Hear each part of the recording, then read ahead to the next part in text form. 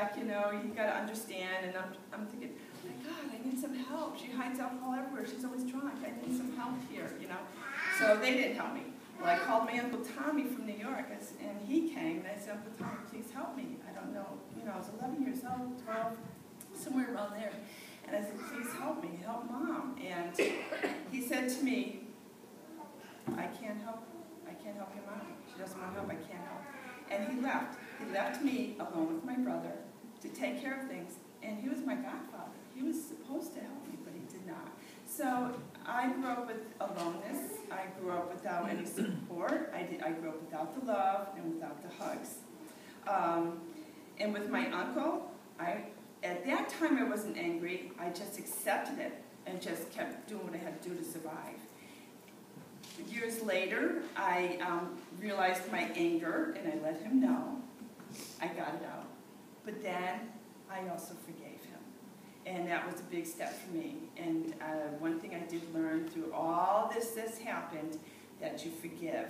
And I forgave because I know that was the best they could do. They could not be anybody more than that, because that's where they were at.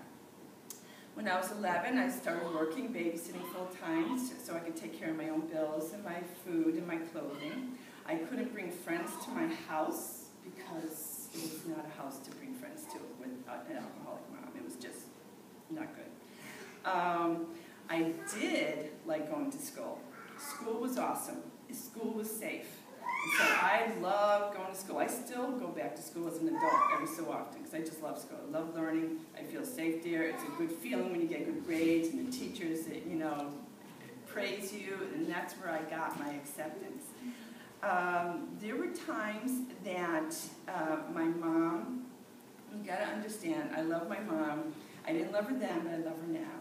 And we've had a lot of healing since then, which I'll get into. But she, because of her depression and her despondence, and she was very suicidal, I'd come home, the door would be locked, the cat's out the door, and we knew that she was trying to commit suicide.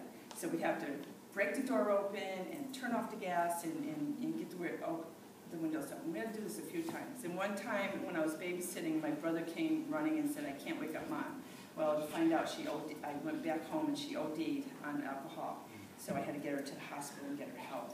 So I think I do believe I signed up to be with my mom because I was there to take care of her, even though I was, you know, young. But God used me. I believe if I wasn't there, my mom would not have lived as long as she lived. She lived to 87, believe it or not. All right, so I tried, because of this, I really tried to build up my own children. You can do anything you want to do. Get an education, and I try to encourage them with that, and with art, with music. I know that if you have your children take any kind of music lessons, that it enhances them in school, and every one of my children had some kind of music lesson. I didn't have a lot of money, but I did the best I could to get this into their minds and their hearts, that they can do whatever they wanted to do. So I just want to insert that. That's, you know, a good thing that has come out of that. You know, I kept turning the negative into the positive as much as I could with my children. So my dad, he stayed in Maine, and he went back to Maine, and I did see him once a year until I was 12, and then I didn't see him again until I was 19.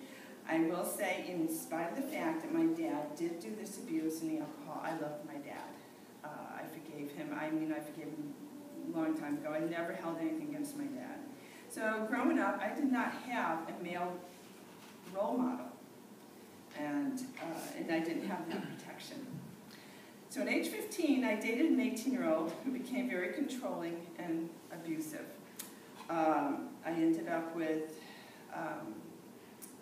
date rape, and he almost killed me. And I really can't go into detail about a lot of this stuff because you'd be here all day, and I'm not going to keep you all day.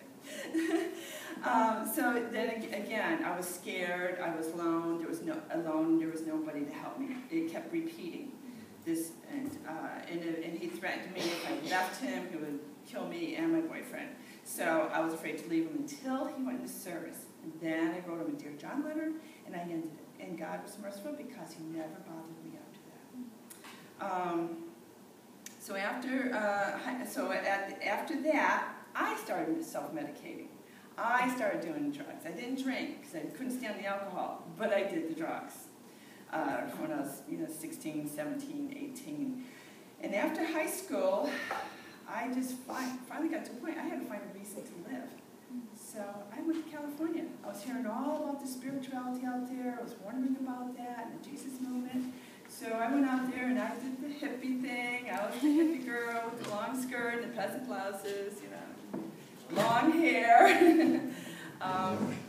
And I met Jesus people. And after being there for 2 months, this was 1971, I met the Jesus people, and it was wonderful. I was in halfway houses, and I felt love, I felt friendship, I felt something new that I wasn't experiencing throughout my life. And it really helped to turn my life around. I quit the drugs. Then I came back to Connecticut. I left California to come back to Connecticut. I missed my family. I visited my dad in September of 1971. And that was the last time I saw him because he died in January 1972. From all the years of drinking, his liver gave out and his heart. But when I saw him for the last time, he was not drinking. We had a wonderful week together, and I treasure that. I should share that on Father's Day. Then at that time, I got involved in a girls' rehabilitation program. Am I doing okay for time? Okay, I got involved in a rehabilitation program because for girls. I wanted to help. I wanted to be a counselor. I wanted to help these girls because I felt I was helped. And I wanted to pay it forward. I was there from age 21 to 28. I actually was like a nun. I did not date. I gave up my youth to help these girls. But unfortunately, again, I fell into a controlling, abusive situation. It became a cult. It was run by a pastor and his wife. People have asked me, it's like, why did you leave? But in those days, I was trying to find a place to fit in where I belonged. And I listened to them. Here was a man who I thought knew the answers. And they brainwashed me into saying, if you leave, you're going to go against God, and God's going to not be with you. So I didn't want to do that. So I was scared to leave. So they controlled me. But see, they controlled me and kept me there because I did everything for them. I did cooking, I did cleaning, I did the gardening. I took care of the pastor when he was on dialysis. I ran the schedule. I mean, I was definitely preparing for motherhood when you think about it, But that was just the first year I was there. I did not get one day off, and I can say that I don't know what it's like to be, a prisoner of war of a serviceman or woman, but I felt like it was the same kind of feeling because I couldn't escape. In my mind, I felt like I couldn't escape. So for 1 year, I had no time off. They kept mail from me. They kept my calls, my family calling me. I didn't know this until time went on. And then, how did I leave? My niece was there for a while with me, and she left, and she called. And I said, why did you leave? And I found out that the pastor was being inappropriate with her. Oh my God, that was a wake-up call. And that's when I knew I had to leave that I didn't know I was in a cult. See, I thought I was doing the right thing. Didn't know, but I knew when she told me that I had to leave. And it was an escape by night kind of thing. I couldn't tell anybody. I was scared because they would try to keep me there. And this all does pertain to motherhood. So they abused their power and stuff with me.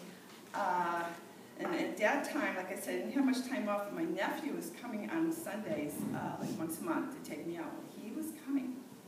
So I got together what I could, boxes of my stuff. I had to leave a lot behind. I just grabbed what I could and said I was bringing stuff to store at my mother's. So he came. I put the boxes in the car, and we went off, and another staff member was taking care of the girls. We left, and I told him when we left, I said, I'm leaving. He says, I knew something was up. I was so scared. And I don't think anybody can understand unless they've been in a cult, but the control And the brainwashing is tremendous.